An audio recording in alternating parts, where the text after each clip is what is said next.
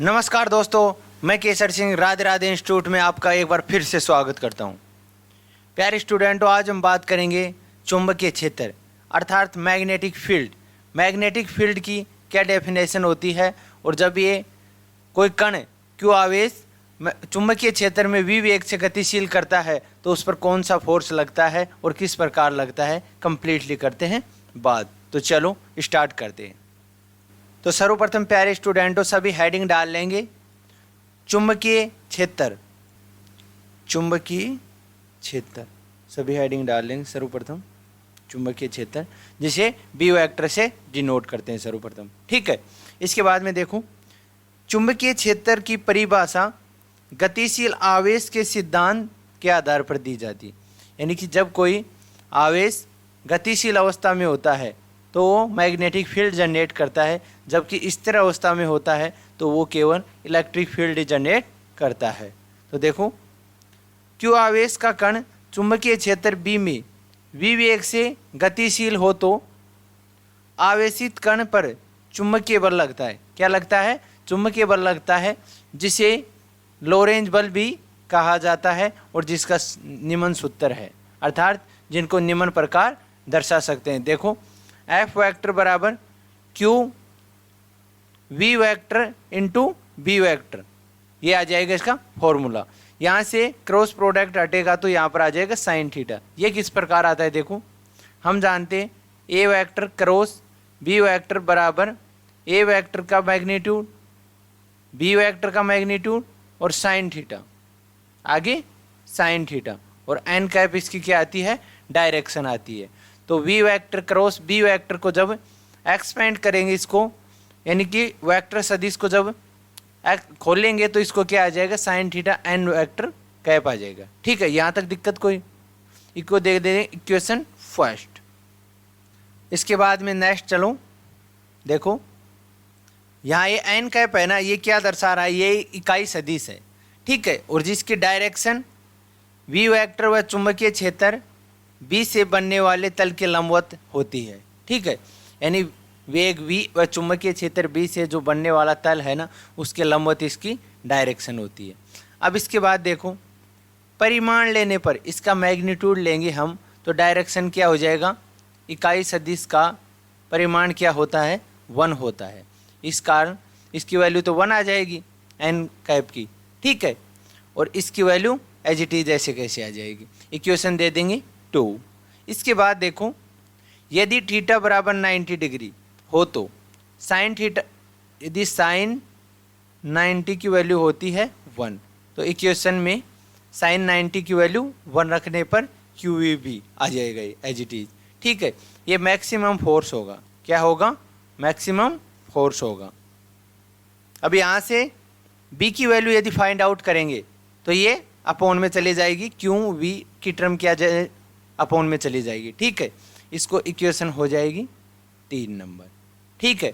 अब यहाँ पर क्यू की वैल्यू 1 कूलाम और वेग की वैल्यू 1 मीटर पर सेकेंड हो तो इक्वेशन 3 नंबर से क्या कंडीशन निकल के आएगी? देखो, यहाँ पर बी की वैल्यू एफ मैक्सिमम यानी फोर्स मैक्सिमम निकल के आई है। क्यू आएगी यहाँ पर, क्यू की वैल्यू 1 ले लिया और वी की वैल्यू 1 लेने के बाद देखो अंश में इसकी वैल्यू 1 और वी की वैल्यू 1 रखने पर क्या आ जाएगा? बी बराबर एफ मैक्सिमम यानी फोर्स मैक्सिमम आ जाएगा।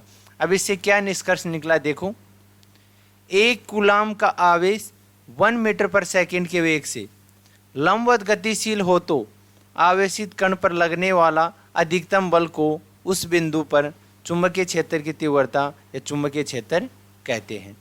यानी जो एफ मैक्सिमम है ना, उसको क्या किसके बराबर है? चुंबकीय क्षेत्र की तीव्रता या चुंबकीय क्षेत्र के बराबर है। ये कब है? जब आवेश की वैल्यू 1 लेंगे 1 कूलाम और वेग की वैल्यू 1 मीटर पर सेकेंड लेंगे, ठीक है। ये कंडीशन तब प्राप्त होगी। यहाँ तक समझ में आया? ओके। नेक्स्ट देखो, इसके बाद चुंबकीय क्षेत्र का मात्रक। चुंबकीय क्षेत्र का मात्रक होता है वेबर पर मीटर स्क्वायर या इसे टेस्ला भी कहते हैं, ठीक है। इसके बाद में ये हो गया चुंबकीय क्षेत्र की बात, ठीक है। अब आ गए हैं चुंबकीय क्षेत्र में आवेश की गति। उसको किस प्रकार दर्शाएंगे, देखो इसकी डेफिनेशन। यदि Q आवेश का कण विद्युत क्षेत्र E वेक्टर तथा चुंबकीय क्षेत्र B वेक्टर में गतिशील हो तो आवेशित कण पर क्रमशः विद्युत बल और दूसरा चुंबकीय बल लगते हैं। अतः आवेशित कण पर निम्न दो बल कार्यरत होते हैं। जब कोई आवेश Q आवेश विद्युत क्षेत्र E वेक्टर तथा चुंबकीय क्षेत्र में गतिशील होता है ना, तो उस पर दो फोर्स कार्य करते हैं। पहला तो कौन सा, विद्युत बल कार्य करता है, इलेक्ट्रिक फोर्स, ठीक है। दूसरा मैग्नेटिक फोर्स। ये दो बल कार्य करते हैं। तो देखो पहला फोर्स विद्युत बल ये होगा QE और दूसरा होगा QV क्रॉस B वेक्टर, ठीक है। ये चुंबकीय बल हो गया। अब इसको दोनों को जोड़ेंगे तो देखो, अतः आवेशित कण पर लगने वाला कुल फोर्स में इलेक्ट्रिक फोर्स और मैग्नेटिक फोर्स दोनों को जोड़ देंगे। यहाँ पर जोड़ दिया है। अब इन दोनों की वैल्यू रखेंगे तो इसकी वैल्यू रखने पर और इसकी वैल्यू रखने पर, ठीक है। इसके बाद में यहाँ से Q कॉमन लिया तो E vector plus V vector cross B vector, ठीक है भाई। ये टर्म आ गई, इसको दे देंगे इक्वेशन 1, ठीक है। आगे चलो, इक्वेशन 1 तक हो गया है, जो कि विद्युत चुम्बकीय बल का सूत्र है या विद्युत चुम्बकीय बल के सूत्र को दर्शा रहा है, इक्वेशन फर्स्ट, ठीक है। अब देखो, हम यहाँ केवल गतिशील आवेश कण पर चुंबकीय बल का अध्ययन करते हैं। अतः आवेशित कण पर लगने वाला चुंबकीय बल F वेक्टर m हो तो देखो, यह हमने ऊपर अभी पढ़ा था, ठीक है, कि गतिशील आवेश पर लगने वाले मैग्नेटिक फोर्स क्या होगा, QV cross into B vector, ठीक है। अब इसको मैग्नीट्यूड लेंगे तो देखो, पहले तो इसके एक क्रॉस B क्रॉस से खोलेंगे तो इसको ए मैग्नीट्यूड B वेक्टर का मैग्नीट्यूड देखो साइन थीटा n कैप, ठीक है। इस प्रकार इसको एक्सपेंड करेंगे तो ये टर्म आ गई। इक्वेशन दे देंगे सेकंड। अब यहाँ देखो, यहाँ n कैप इकाई सदिश है जिसकी दिशा चुंबकीय बल के अनुदिश होती है। इसकी दिशा किसके अनुदिश होती है, चुंबकीय बल के। अब देखो आगे, इक्वेशन 2 तक कंप्लीट हो गया ना, कोई दिक्कत नहीं है, ठीक है। इस चुंबकीय बल की दिशा वेग V वेक्टर व चुंबकीय क्षेत्र B वेक्टर से बनने वाले तल के लंबवत होती है। एवं यदि आवेश माइनस Q हो तो चुंबकीय बल की दिशा इसके विपरीत होती है। ये इसको समझेंगे। देखो हम जानते हैं कि जो चुंबकीय बल की डायरेक्शन है ना, V और जो B वेक्टर है ना, चुंबकीय क्षेत्र, इन दोनों के लंबवत होती है, ठीक है। और यदि आवेश माइनस Q ले लेंगे तो इनकी डायरेक्शन है ना, इसके V क्रॉस B के जस्ट विपरीत प्राप्त होगी हमें, ठीक है। आगे देखो, अब इसके बाद में दो कंडीशन होंगी, स्पेशल कंडीशन 2। पहली कंडीशन कौन सी है भाई, देखो, यदि आवेशित कण स्थिर अवस्था में हो, स्थिर अवस्था में होगा तो वेलोसिटी की वैल्यू कितनी होगी, 0 होगी। वेलोसिटी की वैल्यू यदि 0 होगी तो इक्वेशन 2 से चुंबकीय बल की वैल्यू 0 आ जाएगी, ठीक है। अतः स्पष्ट है कि स्थिर अवस्था में आवेशित कण पर कोई भी चुंबकीय बल नहीं लगता है, जो हमने पहले भी बात करी थी, ठीक है। इसको यहाँ से कंडीशन, दूसरी कंडीशन क्या होगी, यदि थीटा बराबर 0 डिग्री व 180 डिग्री हो तो साइन 0 डिग्री व साइन 180 डिग्री, इसकी वैल्यू होती है 0, ठीक है। इसकी वैल्यू 0 होती है तो यहाँ पर मैग्नेटिक फोर्स भी क्या होगा, 0 होगा, क्योंकि देखो इससे जब मल्टीप्लाई होगी पूरी टर्म तो ये भी 0 हो जाएगी, ठीक है। ये भी 0 प्राप्त हो जाएगी तो मैग्नेटिक फोर्स क्या प्राप्त होगा, 0 प्राप्त होगा, ठीक है। तो इसको किस प्रकार लिखेंगे थ्योरी, देखो इसको देखो, इससे स्पष्ट है कि जब आवेशित कण चुंबकीय क्षेत्र की समांतर गति करता है तो इस पर लगने वाला जो चुंबकीय बल है ना, वो 0 प्राप्त होगा, ठीक है। क्यों होगा, क्योंकि थीटा बराबर 0 डिग्री 180, ठीक है, तो उसकी वैल्यू 0 प्राप्त हो जाएगी साइन, ठीक है। अतः आवेशित कण पर चुंबकीय क्षेत्र के समांतर गतिशील रहता है तो इस कण का जो पथ होगा ना, वो सरल रेख ये प्राप्त होगा। ठीक है, यहाँ तक हो गया। अब इसके बाद में देखो, चुंबकीय क्षेत्र के लंबवत आवेशित कण की गति।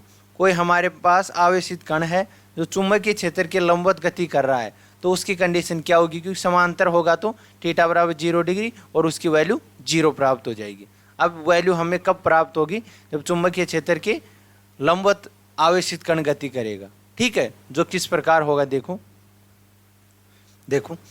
यदि q आवेश का कण चुंबकीय क्षेत्र b वेक्टर के लंबवत v वेग से गतिशील हो तो आवेशित कण पर लगने वाला जो मैग्नेटिक फोर्स होगा वो अधिकतम होगा, अर्थात मैक्सिमम होगा। इस बल की दिशा v वेक्टर व चुंबकीय क्षेत्र b वेक्टर के तल के लंबवत होती है। इसकी दिशा किस प्रकार, v वेक्टर और क्रॉस b वेक्टर के लंबवत होती है। अतः आवेशित कण पर लगने वाला चुंबकीय बल F वेक्टर और ये मैग्नेटिक हो तो F वेक्टर बराबर क्या होगा, क्यों v क्रॉस b वेक्टर। ठीक है, इसका सदिश गुणनफल को खोलेंगे तो इसका क्या आ जाएगा, v b sine theta n cap. ठीक है, अब यहाँ पर थीटा की वैल्यू कितनी ले लेंगे, 90। ठीक है, और साइन 90 की वैल्यू होती है 1। अब यहाँ पर 1 वैल्यू पुट करेंगे तो यहाँ पर प्राप्त हो जाएगी F वेक्टर बराबर Q V B N cap. ये मैक्सिमम फोर्स प्राप्त हो गया, मैक्सिमम फोर्स प्राप्त हो गया हमें।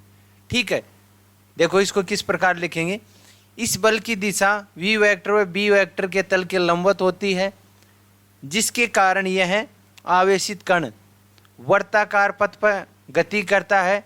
इस स्थिति में आवेशित कण पर लगने वाला अभिकेंद्रीय बल लोरेंज बल के बराबर होता है। यानी कि जब इसकी जो डायरेक्शन होती है ना, वेग और चुंबकीय क्षेत्र के भी लंबवत होती है, तो ये वर्ताकार में पथ में गति करता है। गति करने के बाद जो इस पर अभिकेंद्रीय बल लगता है ना, वो लोरेंज बल के इक्वल होता है। इसका कहने का मतलब ये है। देखो इसको डायग्राम से समझते हैं। देखो यहाँ पर ये चुंबकीय क्षेत्र है, ठीक है, इसके लंबवत क्यों आवेश का कण है कोई, v वेग से इधर गतिशील है इस प्रकार। ठीक है, इधर गतिशील है और इसके लंबवत क्या है, फोर्स है। इन दोनों के लंबवत क्या है, फोर्स है। ठीक है, इसे एक डायग्राम से वो समझ सकते हैं कि यहाँ पर कोई क्यों आवेश का कण है, ठीक है, और ये v वेग से इस प्रकार गतिशील है। ठीक है, अब ये वर्ताकार पथ में गतिशील है तो इसकी वेग की डायरेक्शन इस प्रकार है, तो इसको अभिकेंद्रीय बल इस प्रकार खींचेगा, तो इसका वेग की डायरेक्शन इस प्रकार, अभिकेंद्रीय बल इस साइड में, अभिकेंद्रीय बल इस साइड में, वेग की डायरेक्शन इधर, वेग की डायरेक्शन इधर और अभिकेंद्रीय बल इधर।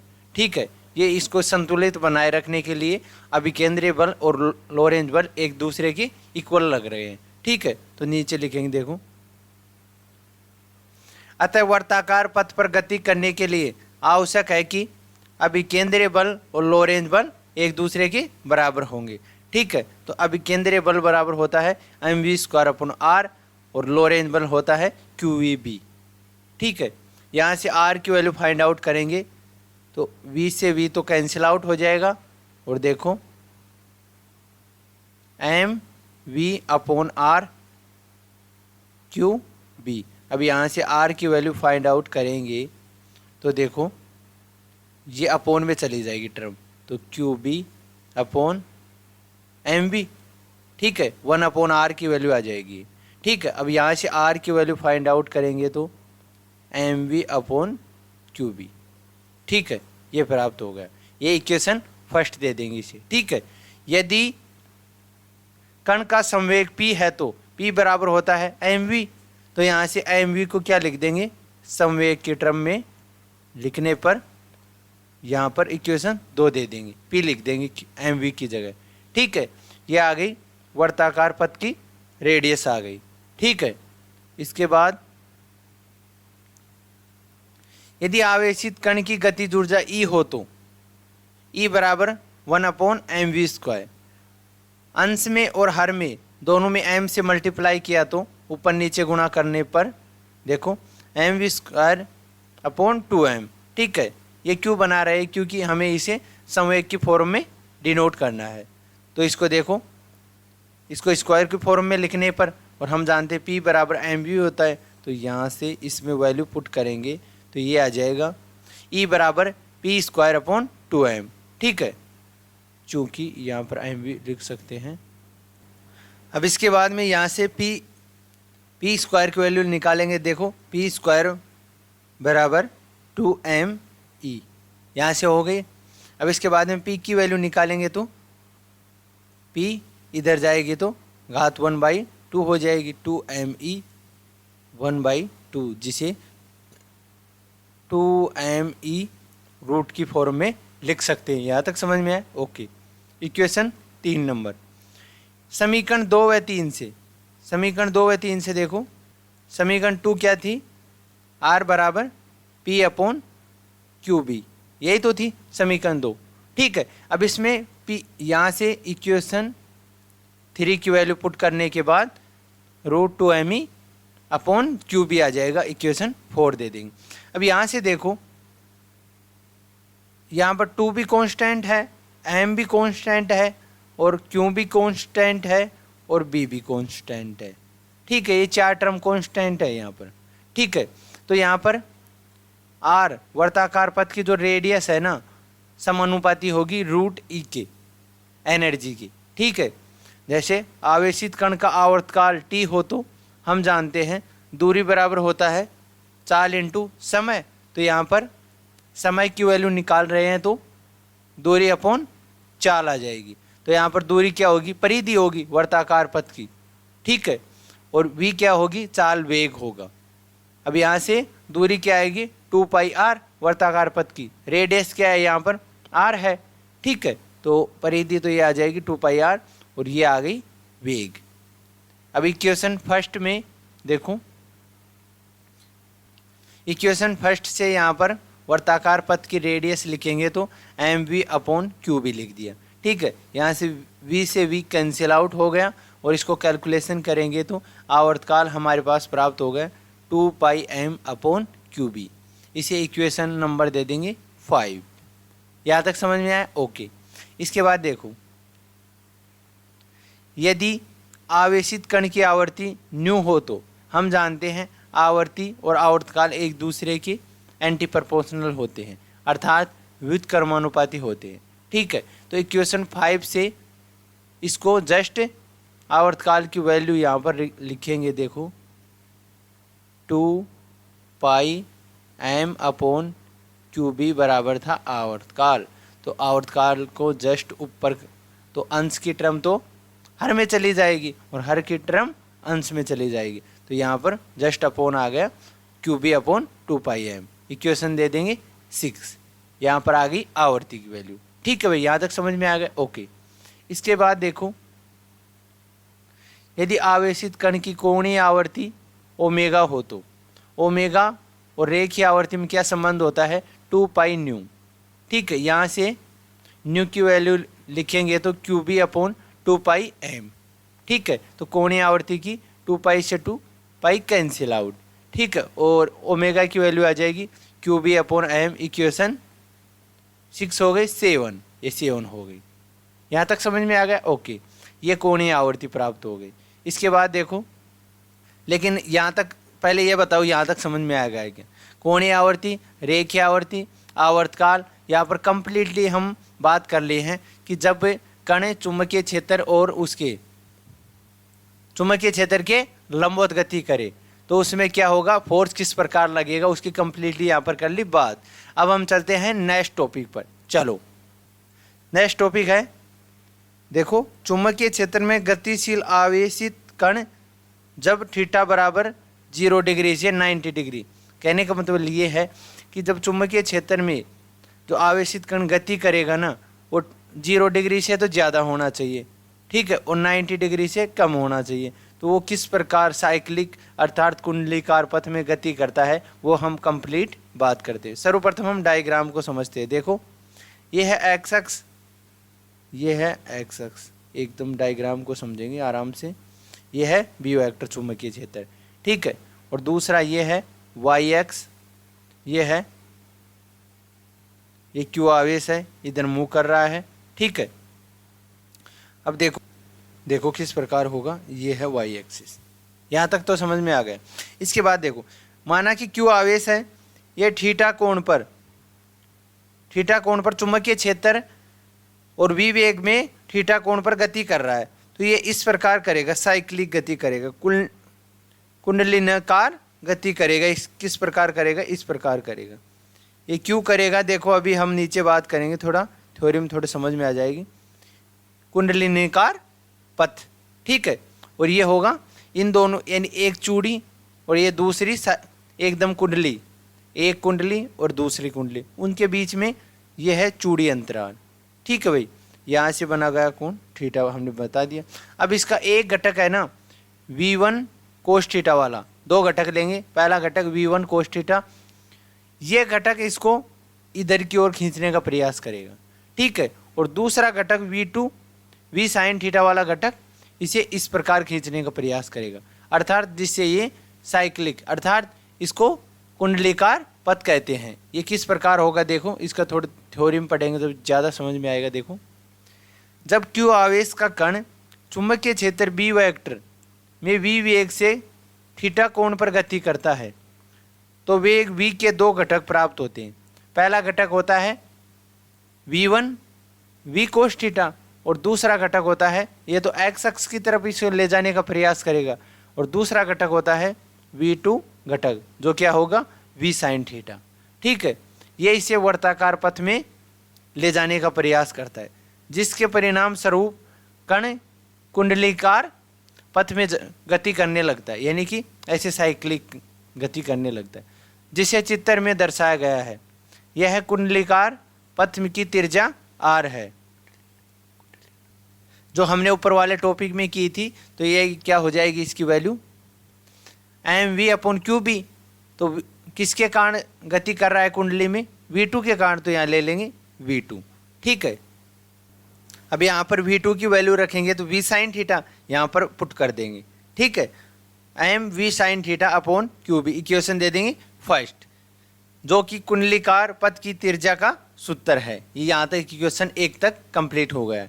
इसके बाद देखो आवर्तकाल t हो तो t बराबर, दूरी बराबर होता है चाल इंटू समय। तो यहाँ समय की वैल्यू निकालेंगे तो दूरी क्या लेंगे 2πr, और चाल क्या लेंगे v2 की वैल्यू रखेंगे v साइन थीटा, और r की वैल्यू ऊपर से रखेंगे mv साइन थीटा qb, ठीक है, इक्वेशन फर्स्ट से।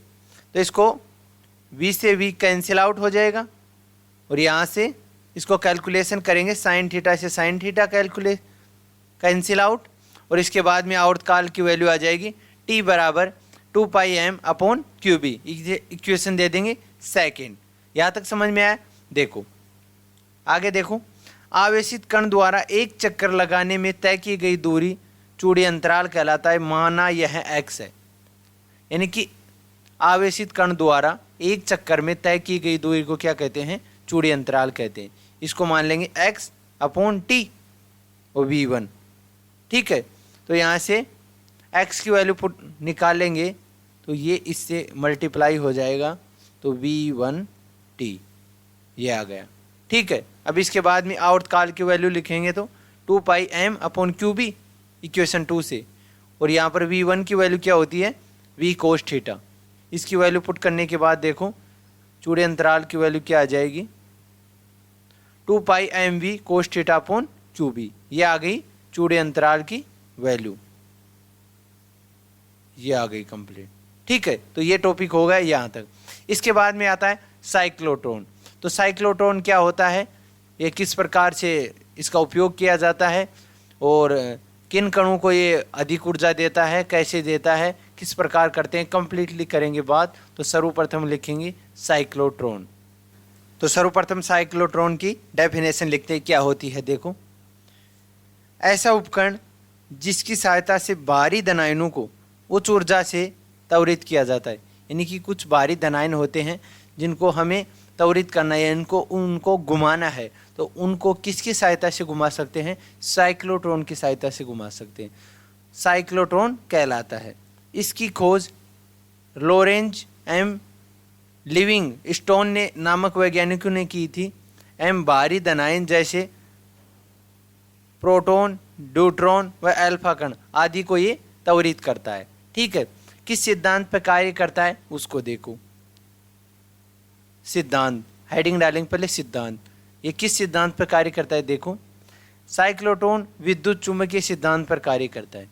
इसमें विद्युत क्षेत्र एवं चुंबकीय क्षेत्र एक दूसरे के परपेंडिकुलर लंबवत होते हैं एवं धनायन को उच्च आवृत्ति के प्रत्यावर्ती वोल्टता स्रोत की आवृत्ति में बार बार गुजारा जाता है, जिसके कारण धनायन की ऊर्जा में वृद्धि हो जाती है एवं आवेशित कण का जो पथ होता है वो सर्पिलाकार होता है। देखो सर्वप्रथम इसकी परिभाषा की हमने बात कर ली, इसके बाद में सिद्धांत की कर ली। अब हम करेंगे बनावट। बनावट में देखो, इसमें दो तो चुंबक होते हैं, एक तो N एक S। ठीक है, इसके बाद दो डिस्क होते हैं, एक तो डिस्क ये होता है, ठीक है, और दूसरा डिस्क ये होता है, ये सिंपल। ठीक है, इसके बाद में ये धनायन स्रोत यहाँ पर रखा होता है और इन दोनों को उच्च आवृत्ति का एक प्रत्यावर्ती वोल्टता स्रोत जिसकी वोल्टता होती है 10⁴ वोल्ट से 10⁶ हर्ट्ज तक। ठीक है, यहाँ तक कोई दिक्कत। और यहाँ पर एक विंडो लगी होती है जिससे इस धनायन को बाहर निकाला जाता है। ठीक है, यहाँ पर ये चुंबक हो गया।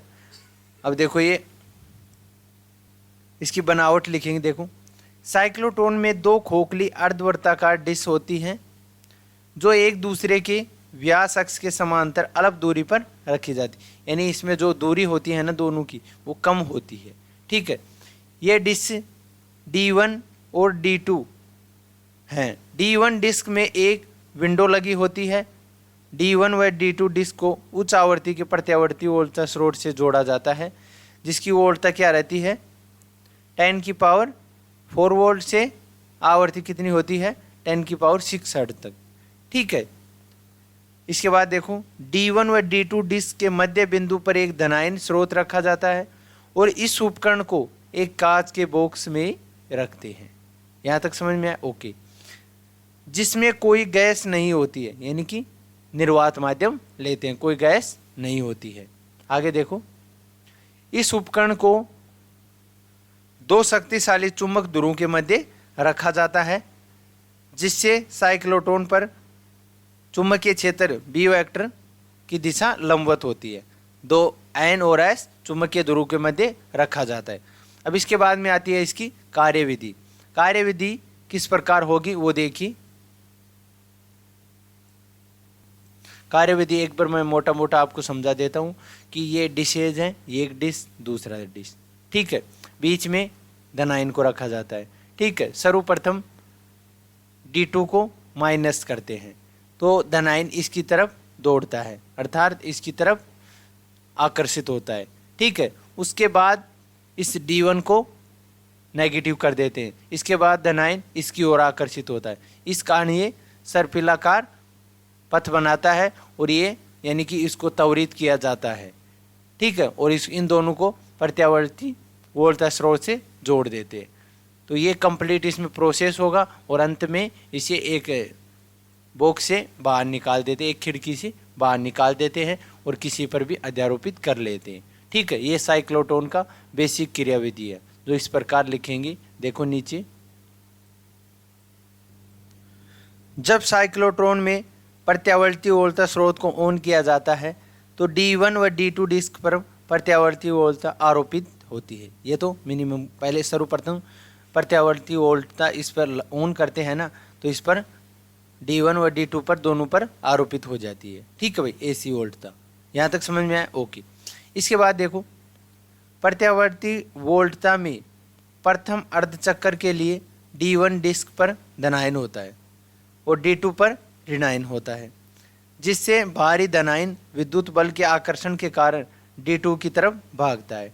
ठीक है, और इसके लंबवत क्या लगे होते हैं, चुंबकीय क्षेत्र लगे होते हैं, जिसके कारण ये धनायन देखो होने के कारण धनायन अर्धवर्ताकार पथ पर गति करता है। ठीक है, अब इस अर्धवर्ताकार पथ पर आने के बाद D1 व D2 के मध्य स्थान पर पहुंच जाता है। ठीक है, ऐसे आधी गति करने के बाद D1 व D2 के मध्य पहुंच जाता है।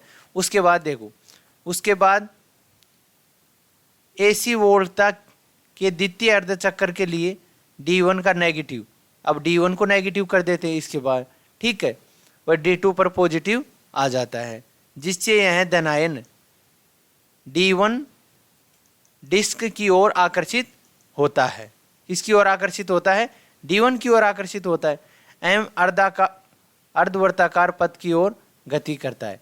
इस प्रकार देखो हम कह सकते हैं कि सर्वप्रथम आधा वर्ताकार पथ में गति किया, इसके बाद में दूसरे आधा वर्त में गति किया। इस प्रकार यह निरंतर प्रक्रिया चलती रहती है और प्रत्येक अर्धवर्त आवर्तकार में धनावेश कण की ऊर्जा में वृद्धि होती है। यानी कि सर्वप्रथम आधी चक्कर करेगा, फिर आधा चक्कर करेगा। इस प्रकार उसकी जो धनावेश कण की ऊर्जा में वृद्धि हो जाती है। इसके बाद देखो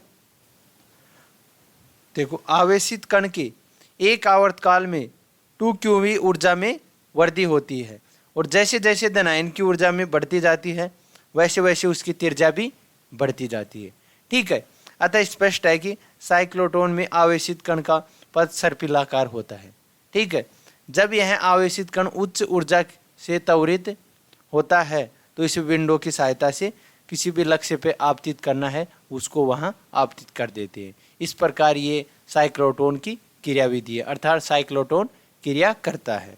ठीक है, इसके बाद इसका करते हैं मैथमेटिकल एनालिसिस, अर्थात यह क्रियाविधि में किस प्रकार प्राप्त करता है। तो इसका मैथमेटिकल एनालिसिस करेंगे। देखो सर्वप्रथम देखो हेडिंग डालो मैथमेटिकल एनालिसिस या गणितीय विश्लेषण। देखो माना एक धनावेशित कण Q1 जिसका द्रव्यमान m है, जिसका द्रव्यमान क्या है? m है, वह r त्रिज्या के वर्ताकार पथ में v वेग से गतिशील है। अतः वर्ताकार पथ के लिए आवश्यक है कि लोरेंज बल और अभिकेंद्रीय बल दोनों एक दूसरे के बराबर होने चाहिए। तो लोरेंज बल की वैल्यू होगी QVB और अभिकेंद्रीय बल की वैल्यू होगी mv²/r। यहाँ से v से v कैंसिल आउट और r की वैल्यू लिखेंगे तो mv/qb। इक्वेशन दे देंगे फर्स्ट, जो कि वर्ताकार पथ की त्रिज्या के सूत्र को डिनोट कर रहा है। अब यहाँ पर देखो, यहाँ पर mqb ये कांस्टेंट है, तो यहाँ जो वर्ताकार पथ की त्रिज्या है ना वो वेग के समानुपाती होगी। किसके होगी? वेग के समानुपाती होगी। इससे क्या निष्कर्ष होता है, अर्थात क्या स्पष्ट होता है? देखो कि वेग का मान बढ़ाने पर आवेशित कण के पथ की त्रिज्या भी बढ़ती है। यानी जैसे जैसे हम इसके वेग को बढ़ाएंगे ना वैसे वैसे ये बड़ा होता जाएगा सर्पिलाकार पथ। ठीक है, ये कण का सर्पिलाकार पथ होता है। ये इस प्रकार थ्योरी अपने आप भी लिख सकते हैं आप, एज इट इज ये लिखने की जरूरत नहीं है, मैंने पहले भी बता दिया। ठीक है, इसके बाद देखो यदि कण का संवेग p हो तो p बराबर mv, इक्वेशन 3 नंबर दे देंगे। ठीक है, इसके बाद देखो इक्वेशन 1 नंबर व 3 नंबर से इक्वेशन फर्स्ट क्या है? r बराबर mv/qb। ठीक है, तो यहाँ से संवेग की वैल्यू लिखेंगे तो p बराबर qb, इक्वेशन 4 दे देंगे। यहाँ तक समझ में आए? ओके। इसके बाद देखो यदि कण की ऊर्जा E हो तो E बराबर 1/2 mv², ऊपर नीचे m से मल्टीप्लाई करने पर अंश व हर में। इसके बाद mv², देखो इसको कैलकुलेट करेंगे तो mv²/2me, और यहाँ से mv को संवेग बराबर p लिखने पर यह आ जाएगा p बराबर √2me, इक्वेशन 5। अब इसके बाद देखो इक्वेशन 4 में 5 की वैल्यू लिखेंगे तो p की वैल्यू लिख देंगे √2me/qb। ये वर्ताकार पथ की त्रिज्या आ गई। ठीक है, अब इसके बाद में इसका आवर्तकाल भी निकाल सकते हैं आप।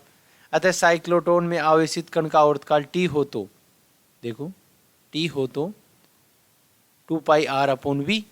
अब यहाँ से r की वैल्यू रखने के बाद देखो इक्वेशन 1 से r की वैल्यू mv/qb ये रख दिया।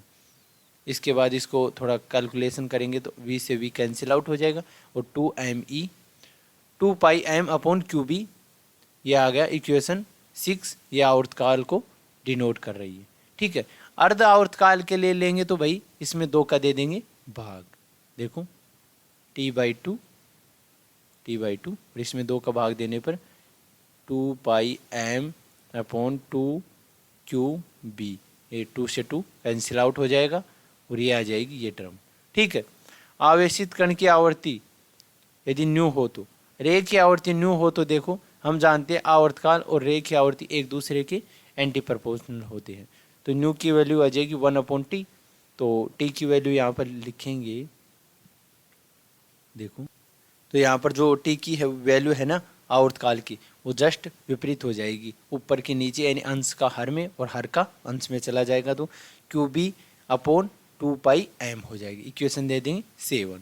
ठीक है, धन आवेशित कण की कोणीय आवर्ती ओमेगा हो तो हम जानते हैं ओमेगा बराबर 2π रे की आवर्ती व कोणीय आवर्ती में एक संबंध होता है ओमेगा बराबर 2π यहाँ न्यू की वैल्यू लिखेंगे तो इक्वेशन 7 से QB/2πm 2π से 2π कैंसिल आउट, तो ये आ जाएगा QB/m। यहाँ तक कोणीय आवर्ती आ गई, रेखीय आवर्ती आ गई, आवर्तकाल आ गया, अर्धावर्तकाल आ गया, ये कंप्लीट हमने बात कर ली साइक्लोट्रॉन की मैथमेटिकल एनालिसिस में। ठीक है, इसके बाद देखो, इसके बाद इसमें क्या हो गया, अतः स्पष्ट है कि साइक्लोट्रॉन में धनायन का आवर्तकाल आवर्ती व कोणीय आवर्ती ओमेगा पथ की त्रिज्या पर निर्भर नहीं करते हैं। जो भी इस पे निर्भरता आ रही है ना वो उस पे समीकरण से देखकर इसमें कर लेंगे। ठीक है, इसके बाद साइक्लोट्रॉन के क्या उपयोग हैं, अर्थात ये जो हमने अभी पढ़ा है साइक्लोट्रॉन का परिभाषा, क्रियाविधि, बनावट, इसका मैथमेटिकल एनालिसिस, अर्थात ये क्यों कर रही है, इसका उपयोग क्या है हमारी, तो इसका उपयोग लिखेंगे। देखो पहला लिखेंगे उच्च आवर्ती से आवेशित कणों को नाभिक पर आपतित करके नाभिकीय संरचना का अध्ययन करने में इसका उपयोग किया जाता है, पहला उपयोग थे। दूसरा उपयोग देखो, उच्च ऊर्जा के आवेशित कण को ठोस पदार्थ के परमाणु पर आपतित करके नए पदार्थों का निर्माण किया जाता है, इन तोड़ के उनको नए पदार्थों का निर्माण किया जाता है। अहम पदार्थों की संरचना भी इससे अध्ययन की जा सकती है। ठीक है, यहाँ तक हो गया। इसके बाद तीसरा उपयोग इसका बहुत महत्वपूर्ण है, उच्च ऊर्जा से आवेशित कणों का उपयोग रेडियो एक्टिव विघटन में किया जाता है, अर्थात इसकी सहायता से रोगों के उपचार में, अर्थात जो मेडिकल में इसका यूज करते हैं। ठीक है, तो दोस्तों आज हमने क्या क्या पढ़ा है, देखो मैं एक बार समराइज कर देता हूँ आपको। सबसे पहले तो हमने पढ़ा है चुंबकीय क्षेत्र, चुंबकीय क्षेत्र किस प्रकार होता है उसकी कंप्लीट कर ली बात। उसके बाद में हमने पढ़ा चुंबकीय क्षेत्र में आवेश की गति, उसकी भी हमने कंप्लीट कर ली बात। उसके बाद में हमने तीसरा पॉइंट पढ़ा है आवेशित कण की चुंबकीय क्षेत्र की लंबवत गति, उसकी भी कंप्लीट बात कर ली 3 नंबर। 4th नंबर पढ़ा है यानी चुंबकीय क्षेत्र में जो कण की गति होगी ना वो 0 डिग्री से तो बड़ी और 90 डिग्री से छोटी होगी, ये कर लिया 4th पॉइंट। इसके बाद में हमने किया है साइक्लोट्रॉन जिसकी परिभाषा, गणितीय विश्लेषण और कार्यविधि, बनावट कंप्लीट कर लिया है, उसका रेखीय आवर्ती, कोणीय आवर्ती, आवर्तकाल कंप्लीट बात किया है। ठीक है, तो आई होप आप इन सभी पॉइंटों का अच्छी तरह समझे होंगे और इसी प्रकार पावरफुल कंटेंट हमेशा के लिए प्राप्त करने के लिए आपको चैनल को सब्सक्राइब करना पड़ेगा, इसके कोई चार्जेज नहीं है। ठीक है, वो तो पहली बार आए तो चैनल को सब्सक्राइब करो। हमारे साथ जुड़े रहने के लिए प्रेम पूर्वक हर बार की तरह वापस आकर बहुत बहुत धन्यवाद।